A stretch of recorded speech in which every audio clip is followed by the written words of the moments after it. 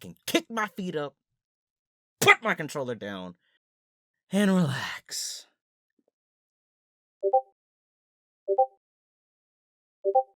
Tekken 8!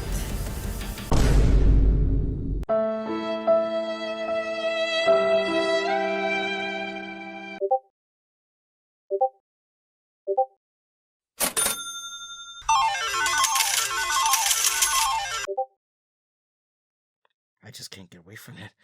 They want me to keep playing Tekken 8. I'm tired of it.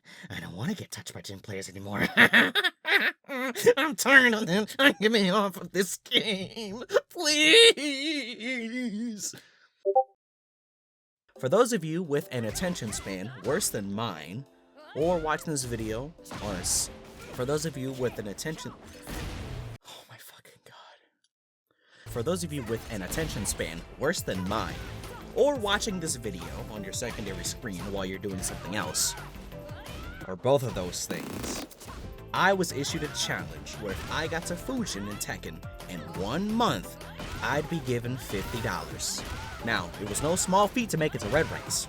To reach blue rank, I'd need to hone my skills enough to not only outdo myself, but outdo myself in a month, ranking up twice. If I wanted to win the challenge, I'd have to develop a strategy. I'd be starting at Tenryu. The point distance between Tenryu and Fujin, the top of red to the bottom of blue rank, is this many points.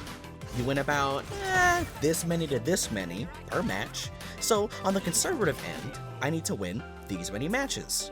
That's winning these many matches, by the way. If I lost a lot, I'd be in it for the long run. If you have a low win rate, you'll be praying the amount of points you get per win will balance out the points you're losing per loss. Huh? I can't see. It's a little too hard to see. What does that say? Oh my... Fortunately, this wasn't the first time I grinded out games to get my desired rank. Gold in Apex, Gold in League of Legends, this would be no different. I needed to develop my game plan to match the intensity of these new ranks and develop it quickly. Then, I'd have to target my weaknesses and iron them out as the game went on. Thankfully, I already had a solid foundation to rely on. All the games leading up to red rank helped hone my execution. Plus, I already knew fishing for launchers and only practicing big cash-out combos would be a waste of time. Now that the players got smarter and dodged more often, small, consistent gains over the course of a round will be just as important as those instant punishes when someone made a fatal mistake. I would have to use all my tools available to make my climb as efficient as possible.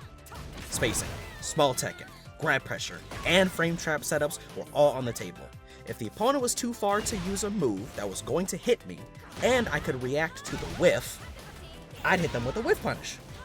When they were in my face, I'd go for a cheeky grab and do one of my Oki setups.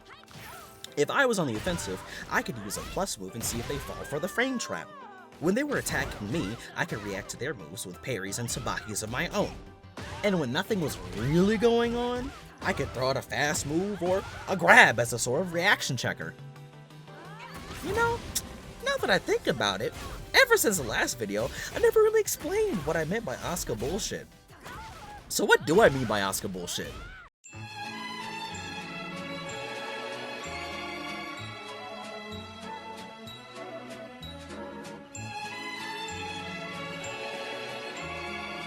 Small Tekken compromises any and all minimally damaging moves that allow for a safe, non-committal offense in Tekken. Non-committal moves are low risk and low reward, but vital for keeping your opponents guessing. If your only strategy is to cash out, you will lose.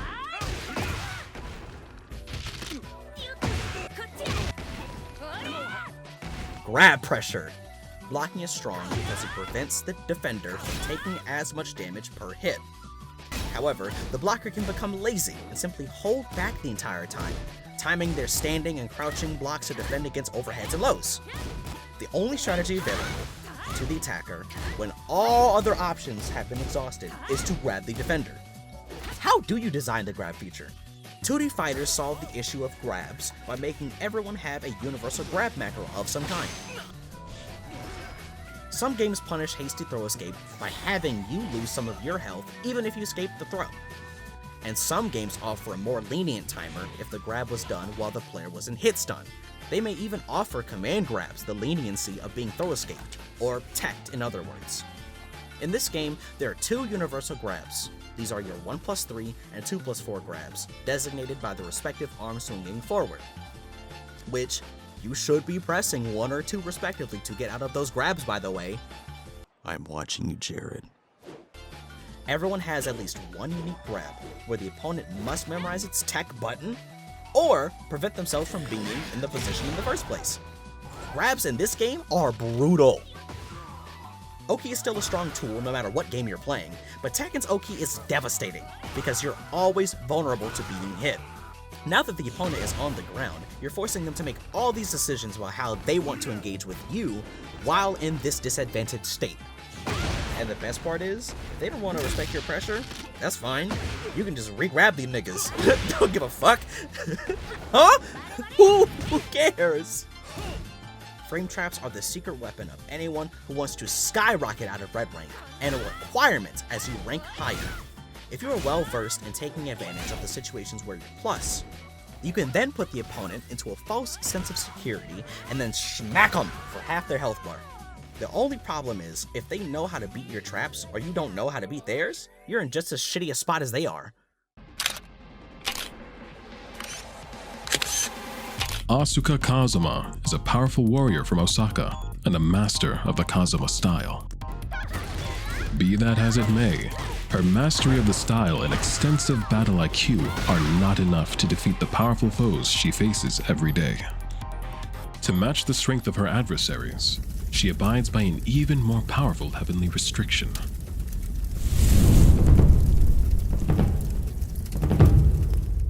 At the expense of a weakened offense, she's blessed with a terrifying defense, an exemplary keep-out game. Should one be hapless enough to encounter her in battle, extreme caution is strongly advised. A predictable opponent may find their life swiftly taken. Now that the stakes have been set and the mechanics explained, there's only one question left to answer. Did I make it to Fujin in 30 days? I'm pretty sure I lost the files I had the earlier days, so that's my bad. Here's the matches I played out per day, my win-loss ratio, and the total so far. My first matches started 3 days later, but I recorded these matches on day 10. Here's one particular match I really enjoyed.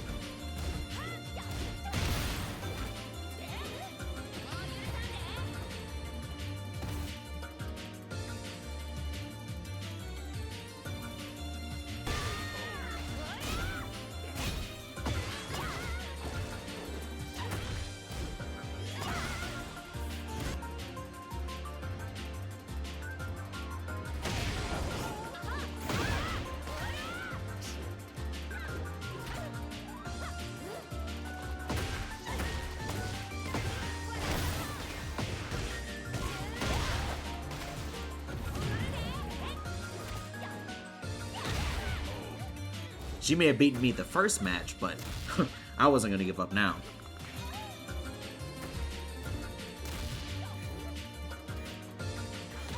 You know, watching over these matches again reminds me of the first time I played against a Lily player.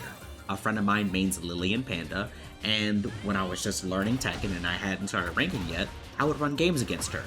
Her Lily would whoop my ass. Sometimes the matches would be close, sometimes they'd be absolute stomps, but I knew I could beat her if I did just a little bit more practice against her. It's funny because I'm sure Asuka and Lily are actually also rivals in Tekken, so that tracks.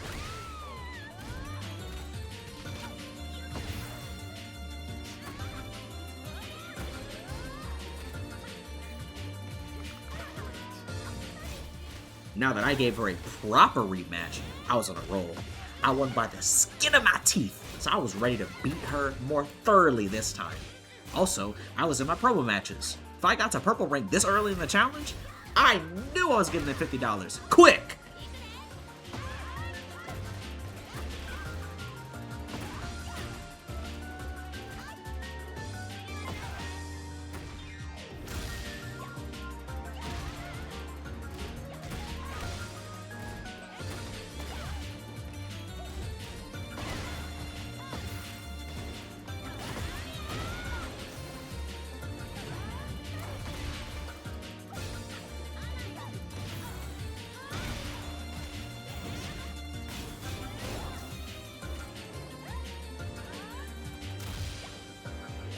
Damn! Oh well, I can always get back into promo matches. Law was a problem I've had since Red Ranks, and I was not aware that it would haunt me for the rest of my challenge. Law kicks are so fast, and his punches are so quick, that I always felt like I was playing at the pace of his game, instead of forcing him to play mine.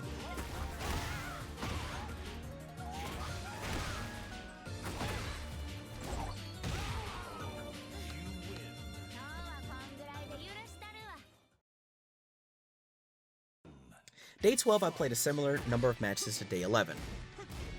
I tried poking with 1-2 and 2-1 whenever possible, hoping that my enemy would do something stupid and I could punish that.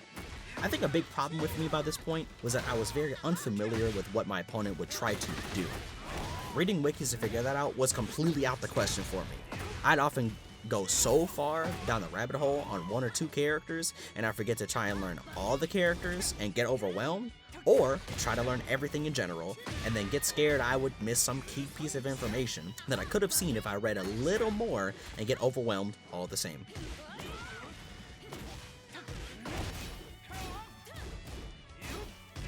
This Elite player loved using his knee, so I used to go to put my foot up his ass.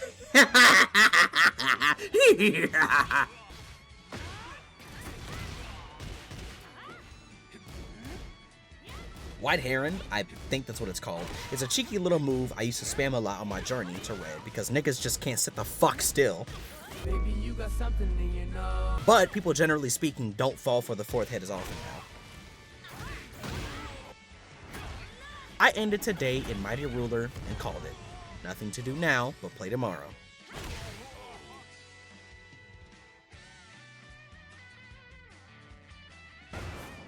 I spammed the shit out of the F3 hold tech on Asuka.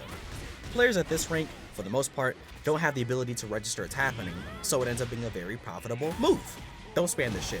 People will start figuring out how to beat it.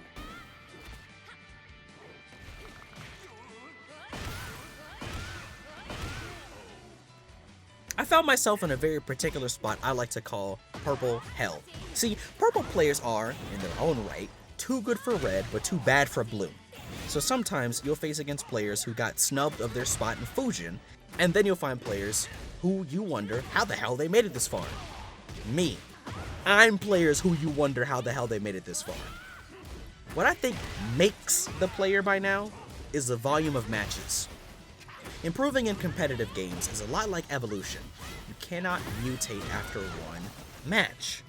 Adaptations happen over the long term, and you evolve as a player and competitor as time goes on. This is a sort of mini rant, but I don't care. You're watching my video, like and subscribe. Your mama. When I used to play League of Legends to rank up, I cannot tell you how many times I'd see some dumbass go 0-2 in their lane, and then have the audacity to type in chat some form of, huh, okay, it's time I actually take this seriously. Y'all take it you'll take it seriously now? Fuck is you waiting for, nigga? A divine premonition from God.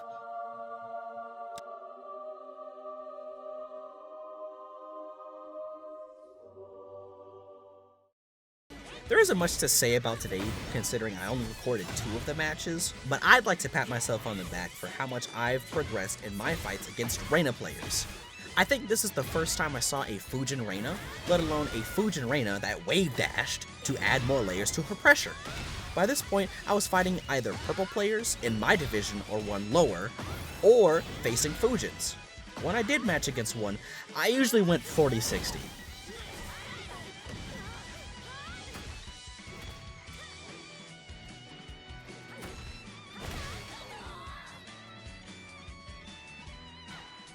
There was a fact that was slowly dawning on me. It dawned on me that I was in it for the long run. I continued having more losses than wins, and the amount of losses started to get to my head.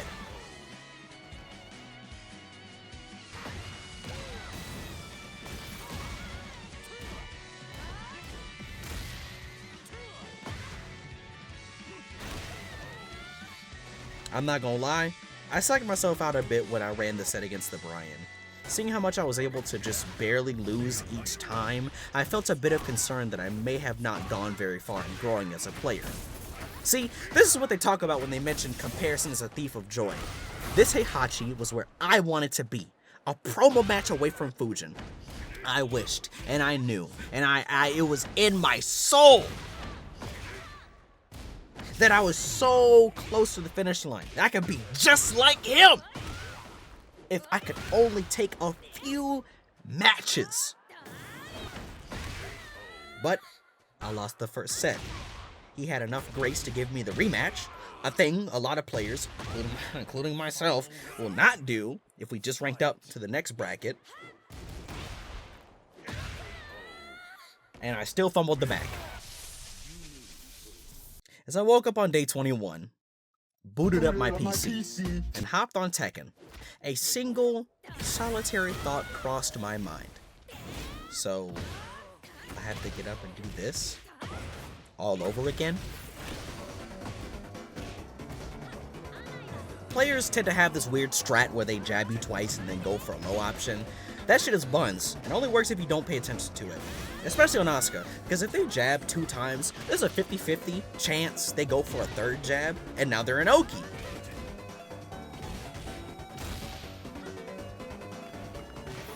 I got in his head, and he didn't know what to do. Hwoarang scares me. He's got fantastic mix-ups, and his launchers are lethal. And my biggest problem is, I don't know what to do in those situations. I was really hoping that at this point in the challenge, I wouldn't have to face many more Hwoarangs before I ended up in Fujin. The hardest part about ranking up is when you do so well, and you're so ready to play these matches out, but you just keep losing. I know it sounds maybe childish or a whiny complaint, but I couldn't convince myself that me losing a lot was fine anymore. In truth, I had already made a ton of progress. I was 99% of the way there. This was just the last percent I was missing. Even so, every time I lost, all I could think about was how many games I'd have to play to make back my points for each loss. Every time I lost, I thought about how much time it would take to win those matches again. It isn't the healthiest mindset, but it's the realest version of my thoughts I had to offer. A lot of times, I was facing against players of characters I hadn't seen too often, and I treated the matches like I should have known what they were going to do, like I had fucking precog spidey sense. I was right against the finish line, but I could not get enough good matches to make it out. So, did I make a plan on how I was going to burst through this barrier, like a normal person would do? Absolutely not. My motivation was running out quickly, and I convinced myself this shit was not worth the effort to get here. I didn't have it in my heart anymore to finish the challenge. One game. Just one game on day 23, and that's all I could manage. Pouring milk into your coffee only to find out the milk is spoiled. Needing to pass a class with an 80 and getting a 79. Romeo and Juliet. What do all of these things have in common? They're all things that almost went well. For my Gen Ed requirement at university, I needed to take English classes. One of those classes was Shakespearean English. My professor offered us a perspective on how to analyze Shakespeare's work. He said that tragedies were the opposite of comedies. Obviously. Comedies are where everything goes well. Tragedies are where everything does not go well. That's obvious.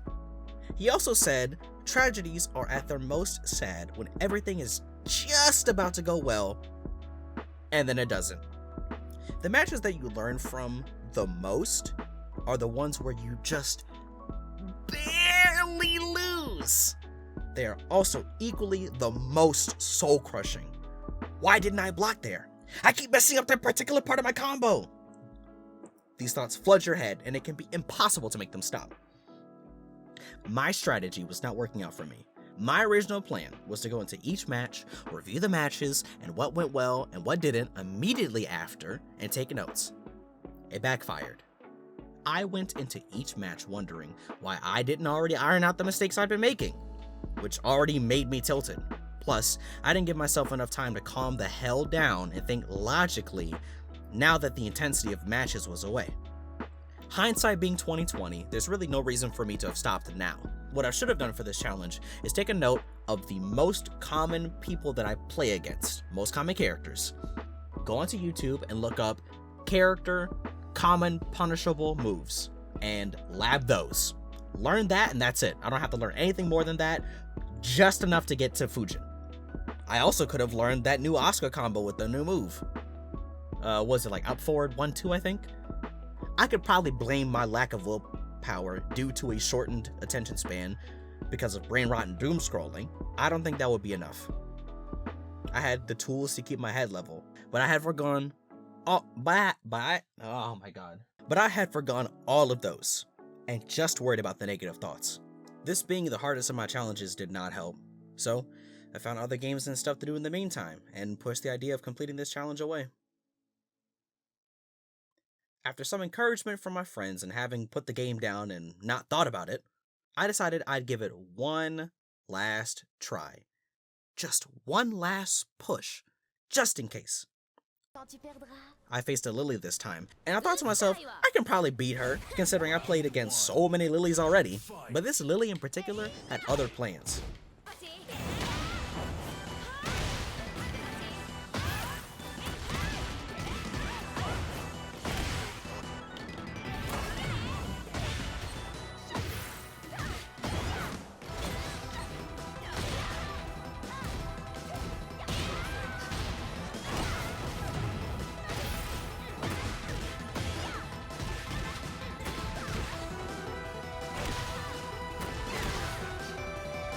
Those perfects stung.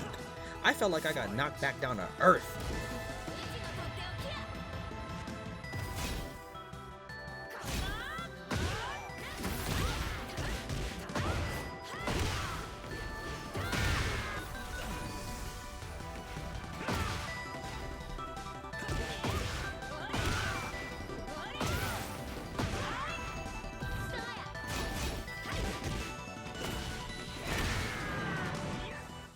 This was it. This was the closest I had ever gotten to being blue the entire challenge. 23 days and almost 400 matches later. Here we are. I already made it so far. Maybe I could actually make it. Maybe I could be done with the challenge here and now. If I just locked in and played some good, old-fashioned Tekken.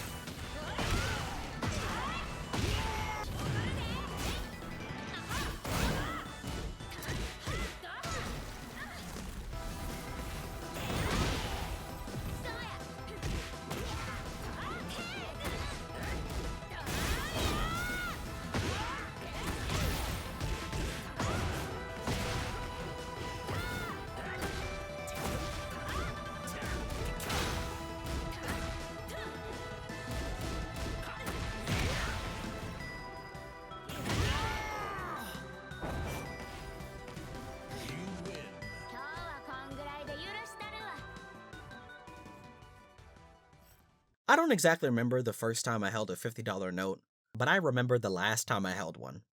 I dropped out of college to see if I was better suited for the fast food industry or retail, and right now I was working fast food. It was a particularly fast day, and I was on register. The person came up, ordered some random food, and then handed me a $50 note. Problem is, we can't accept 50s, only 20s and lower. So I called over the floor manager so she could bail me out of this situation. She didn't seem angry at me, just mildly frustrated. My floor manager, a girl who was only like 2 years older than me at the time, silently tapped away on the screen for me so I could finish the transaction, hand over the change, and take the next person's order. I couldn't tell if the look she made at the screen while she bailed me out was more a look of irritation or one of steely precision, but I just remember how locked in she was. I'll probably never forget that memory. I used to have huge dreams of being a successful YouTuber, but between my other interests and my ego being deflated, I realized I'm a long ways away from seeing that dream turn into a reality. The channel hasn't blown up overnight, and I still have a backlog of video ideas I have yet to finish. There's this popular advice people throw around when you have a creative project or just some endeavor in mind you wish to engage in. Just start. Starting is the hardest part. I disagree. The first day is easy. That's the easiest day. You got your motivation, an image in mind, your bags packed, and all the energy in the world. The second day, my friend, is the hardest. I don't know about you, but personally speaking, I can do 100 push-ups across a whole day. I don't know if I can do 100 more than next. The second day is when the afterglow of motivation is gone. The inspirational music in your head stops, and you're faced with reality. You're stuck with a box of Legos, and God knows how many steps, pictures, and little diagrams you have left until the job is done. There was most definitely a reality where I didn't finish this challenge. I had 6 days left, but I was ready to quit when I had 8. With only so much drive left, I was incredibly lucky that the games turned out the way they did. Most of my progress was just made because I banged my head against the wall until the wall broke. That's not how you win as a player, that's how you win as a bot. That wall rank could have been harder to beat. I could have been pissed over seeing Law's bitch ass for the millionth time, but I stuck through. In fact, I did it with a week to spare. To the person I was a year ago trying to win these matches, I gotta tell you, dude, you should have just locked in and been done with it. I like to think of myself as better than one of those people that beats themselves up over the most minor of inconveniences. I'm just not. I probably never will be. At least, in the foreseeable future, I just have to accept that I'm like that. Instead, I'll just remind myself that no matter what, I still need to keep getting back up and finishing the job, even if it takes a while. Next time, I'll get up faster. To me, to you, to all of us. In the future, a year from now. This has been Snoozy Boy, and I'm gonna go take a nap.